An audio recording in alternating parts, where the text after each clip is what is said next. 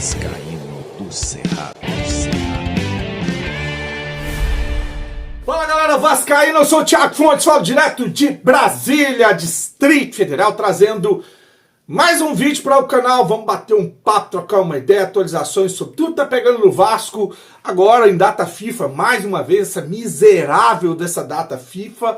Vamos ficar aí 10 dias sem ver futebol, pelo menos do Vasco, né? Só das seleções. Enfim, vamos trocar uma ideia, vamos bater um papo. Antes eu pedi a moral. Segunda-feira, dá aquela impulsionada no canal aqui no YouTube, né? Primeiro vê se a sua inscrição saiu, tem uns bugs, tira a inscrição, então vê ainda se você está inscrito no canal Vascaíno do Cerrado, não tiver, se inscreve de novo, pega o celular da mulher, da mãe, do filho, se inscreve no canal Vascaíno do Cerrado, vamos ver se a gente bomba esse canal para ele crescer mais ainda na plataforma. Deixa o hype, deixa o joinha, comenta, tudo que você puder fazer para o canal continuar crescendo. Eu agradeço demais aqui o carinho, a forma como vocês tratam o canal, beleza?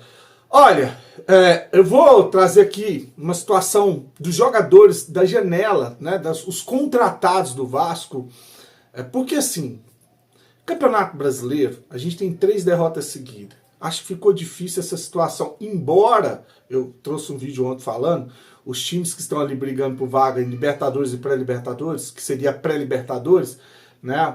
Um G7 que pode virar G8, que o Atlético passou o Vasco, pode virar até G9, e o Vasco pode ficar de fora dessa vaga da Libertadores. É incrível a capacidade que esse time tem de fazer o torcedor passar raiva, né? Mas assim, já quero deixar claro uma coisa, tá? Para aquela galera, para os terroristas que estão aí já falando em rebaixamento. Cara, o Vasco tem chances matemáticas de cair? Tem. Vamos pegar o Santos, que é o time que está dentro da zona. O primeiro time dentro da zona de rebaixamento é o Santos, tem 33 pontos. Para o Santos empatar com o Vasco nesses últimos 5 jogos que faltam, o Santos tem que pegar agora os 3 jogos que ele vai fazer e vencer os 3 e o Vasco perdeu os 3. Tá? Eu sei que o Vasco vai pegar 2 jogos difíceis fora, porque um vai jogar desfalcado contra o Grêmio, depois pega o Bahia lá, que é difícil pra caramba, aí vai pra São Januário, não sei se é o Internacional. Vai pegar uma sequência aqui, o Vasco, vamos supor que pega uma sequência difícil que não consiga pontuar. Cara, para o time, para o Santos empatar, não tô dizendo passar o Vasco, para ele empatar com o Vasco, o Santos tem 33, o Vasco tem 42. O Santos tem que vencer os 3 próximos jogos. O Santos pega o Palmeiras, que agora tropeçou ontem pro Mirassol e vai com tudo para cima do Santos. Pega o Mirassol e depois pega o Internacional.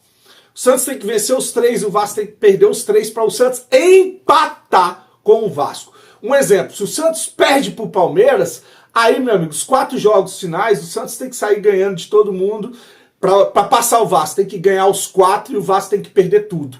Então, vamos parar com o terrorismo, cara. Vamos parar com o terrorismo. Fora que eu tô falando do Santos. Só que do Santos até o Vasco tem uma penca de time. No meio do caminho tem o Corinthians, tem o Internacional, tem o Ceará. Então, cara, sem terrorismo, pelo amor de Deus, o Vasco não cai para a 2ª divisão. O Vasco tem que perder tudo e o Santos e os outros times tem que sair ganhando tudo. Fora que ainda tem confronto direto. Você tá falando do Inter e do Santos que vão se pegar. Então tem confronto direto ali embaixo, né? Não vai dar para dar 3 pontos para os 2, né?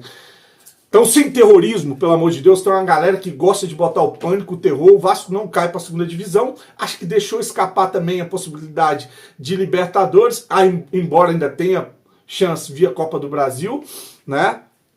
Como eu falei, jogando esse futebol fica difícil. E agora a gente tem que começar a planejar 2026, tendo em vista o Campeonato Brasileiro, a gente já fez praticamente o que tinha que ser feito, né? Tem que focar na semifinal da Copa do Brasil contra o Fluminense, para ver, porque o Fluminense também não tá jogando essa bola toda.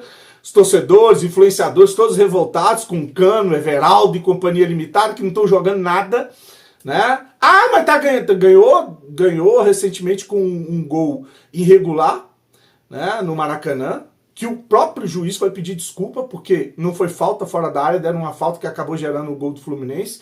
Ganhou, mas os jogos do Fluminense também estão sofríveis, tá? Tá bem sofrível. Então, assim, eu não tô querendo dizer que o Vasco tá melhor que o Fluminense, mas também não vou ficar aqui vendendo a ideia de que o Fluminense tá muito melhor que o Vasco, porque não tá jogando essa bola toda. Dá, tá? Eu acho que entra um confronto de times que podem, ou que tem condições de ir pra final da Copa do Brasil.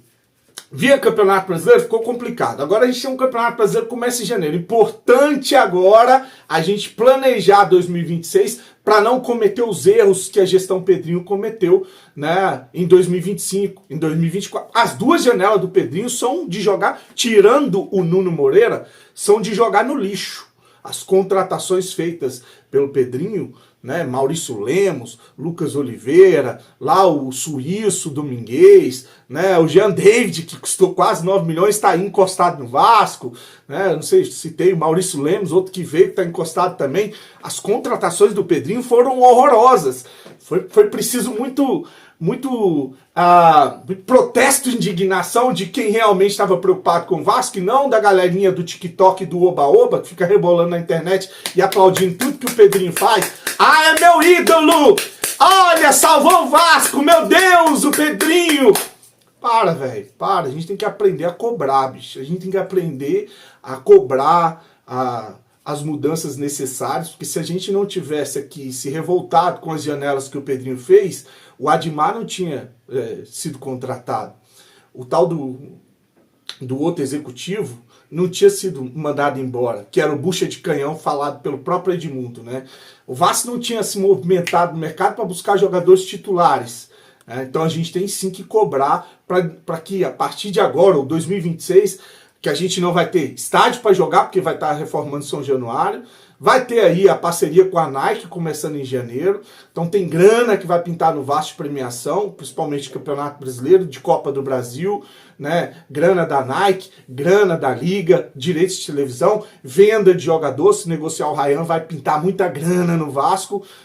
Então o Vasco precisa de sim ir ao mercado agora no final do ano para trazer bons jogadores, né, trazer um atacante de velocidade, não sei se o Ryan vai ficar, se não for ficar tem que trazer mais de um, trazer um meia, porque não dá para confiar no tal do Matheus França, que chegou e não mostrou para que veio. Coutinho, jogador de um tempo só, Nuno Moreno, jogador que também não consegue jogar os dois tempos. A gente precisa de um volante para jogar com o Barros, a gente precisa de zagueiro de reserva, porque quando o Renan ou o Carlos Cuesta estão lesionados, ou lesionados não, suspenso, graças a Deus não se lesionaram, quando estão suspenso, é um Deus nos acuda.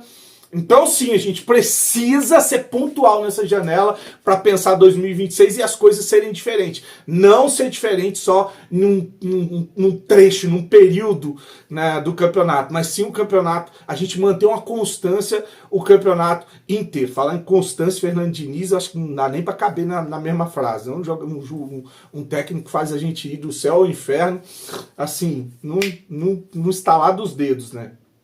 Enfim, mas eu vou trazer aqui a situação dos jogadores, porque além de ir ao mercado ter que contratar esses jogadores, a gente precisa resolver a renovação ou a contratação em definitivo de alguns jogadores que vieram. Eu citei aqui dois que, para mim, e um foi contratado.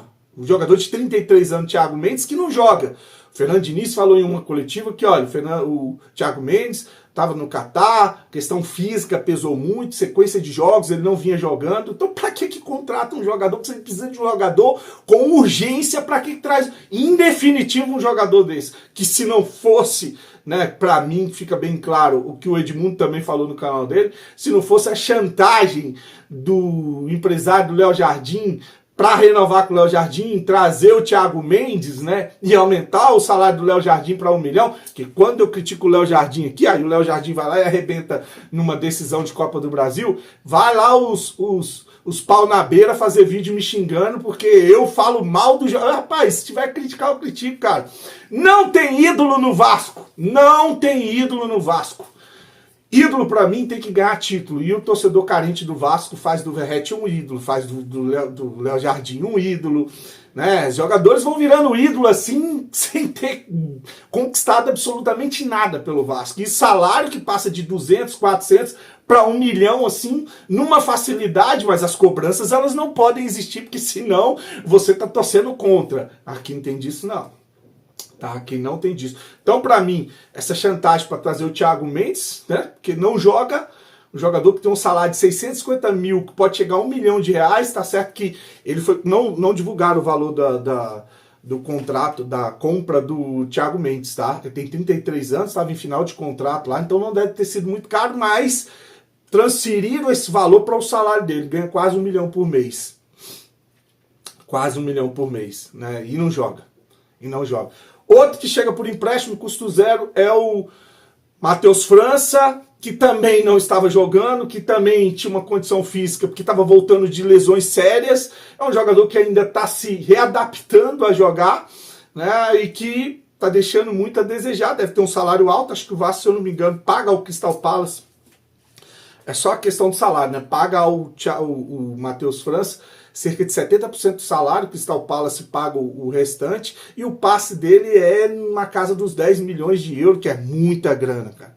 É muita grana, 10 milhões de euros aí, o jogador que foi vendido, né? Ele foi vendido, vai dar uns 120 mil, ele foi vendido por uns 120 milhões de reais do Flamengo para o Crystal Palace.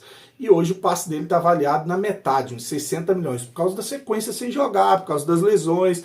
Enfim, tá aí, ele tem um contrato com o Vasco até junho de 2026, que é aquele contrato de meio de temporada, de meio do ano para meio do ano, que é a temporada inteira na Europa, né? Tá aí os dois que ainda não renderam. Agora os jogadores que renderam. Vou começar com o Robert Renan. Empréstimo junto ao Zenit da Rússia, contrato final de junho de 2026 também. Empréstimo a custo zero para pagar os salários e uma opção de compra. Especula-se que o valor da compra do Robert Renan é em torno de 43 milhões de reais. Lembra lá o João Vitor? De 40 a 50 milhões o Vasco tinha que pagar, só que enfiou na recuperação judicial e ainda vendeu ele para ganhar uma grana, né? Então, cerca de 43 milhões de reais é o passe aí para ter em definitivo o Robert Renan, jogador jovem, né? Seguro, zagueiro canhoto, jogador habilidoso, bom na saída de bola. Interessante para dar uma sequência para o Robert Renan, jogador de personalidade, né? Agora o Carlos Cuesta, empréstimo até dezembro de 2026 junto ao Galatasaray da Turquia. Esse teve um valor, tá? Porque para liberar ele foi uma novela. Então o Vasco, tipo, fechou o pacote, quanto que é? 40 milhões de reais tem que pagar para o Galatasaray da Turquia. Não, mas a gente vai querer ele primeiro por empréstimo. Foi a negociação do Admar. Nesse empréstimo o Vasco vai pagar 4 milhões 612 mil reais, tá? 4 milhões 612 mil reais é cerca de 750 mil euros o valor do empréstimo até também, esse é até dezembro de 2026, esse vai até o final do ano que vem, né? Uma temporada e meia, vamos dizer assim, esse empréstimo de 4 milhões e 600 mil reais. E aí tem uma opção de compra com um valor fixado de 5,75 milhões de euros, que vai dar na casa de 35 milhões, um pouquinho de 30, mais que 35 milhões de reais. Juntando com o valor do empréstimo, vai sair também na casa dos 40 milhões de reais a negociação entre Vasco e Carlos Cuesta. O outro jogador, esse veio da França, é o Carlos Andrés Gomes, empréstimo junto ao Rennes da França, contrato até o final de junho também, tá? Até o meio do ano que vem, de 2026. A opção de compra em torno de 40 milhões de reais, tá? Então os três jogadores somados, aí os valores dos três para uma negociação, vai sair em torno de quase 120 ou mais de 123 milhões de reais. Lembrar que você dá um sinal, parcela o negócio, não é pagamento à vista, mas você tem, como eu falei, vai ter grana da Nike, vai ter premiação de Copa do Brasil, premiação de Campeonato Brasileiro, vai ter venda de jogadores. Então é isso, são os caminhos que o Vasco vai ter que percorrer para ter em definitivo esses jogadores que foram negociados na janela e acabaram entrando para o time titular. Lembrar que os jogadores da Colômbia, por exemplo, o Andrés Gomes e o Carlos Cuesta, eles não estavam sendo convocados pela seleção da Colômbia, e agora com essa sequência, boa sequência que tiveram no Vasco antes dessas 3 derrotas, acabou sendo uma boa vitrine e eles foram convocados, estão sim nos Estados Unidos com uma seleção para fazer amistosos com a seleção da Colômbia, tá? Então os dois tendo a oportunidade de novo das suas seleções graças ao trabalho, né, feito para quem acha que o Vasco não é uma boa vitrine, para quem acha que o Vasco não chama atenção. Tá aí os dois voltando para a seleção da Colômbia, e fora isso tem outras negociações que vão ter que ser, né, encaminhadas, né? Além de contratação, além dessas renovações, tem a situação do Ryan, vai vender, tem uma proposta de renovação de contrato para ele receber um salário na casa de 1 milhão, e a multa dele passar de 40 milhões para cerca de 70 milhões de euros. Tem a situação do Puma Rodrigues, contrato vence agora em dezembro também, que parece que já tem uma proposta na mesa para ele, para os seus empresários. A proposta teria agradado as partes, né? Pode ser que renove para ficar no Vasco. É um jogador que é usado como um coringa, joga na lateral esquerda, joga na lateral direita, joga ofensivamente, né? Então, um jogador importante para ter no elenco, né? E outras situações mais que o Vasco vai ter que resolver para já pensar 2026. É o que eu falei, né? Ajustar, né? Para a gente pensar o que vai ser feito para a temporada que vem, sem cometer os erros que a gente cometeu, ou que a gestão Pedrinho cometeu nas janelas passadas. Demorou trazer bons jogadores, a gente teve ali uma recuperação que acabou nos tirando dessa briga para cair para a segunda divisão e fazendo o Vascaíno, inclusive, sonhar com o Libertadores, né? Talvez a gente fique numa Sul-Americana, né? E pensar 2026 de uma maneira mais organizada, para a gente não passar o que a gente passou em 2025 e em 2024. Beleza? Tô metendo o pé, curte, se inscreve no canal, comenta, compartilha, deixa o hype, desejar para você uma semana abençoada. Fique com Deus e saudações vascaínas.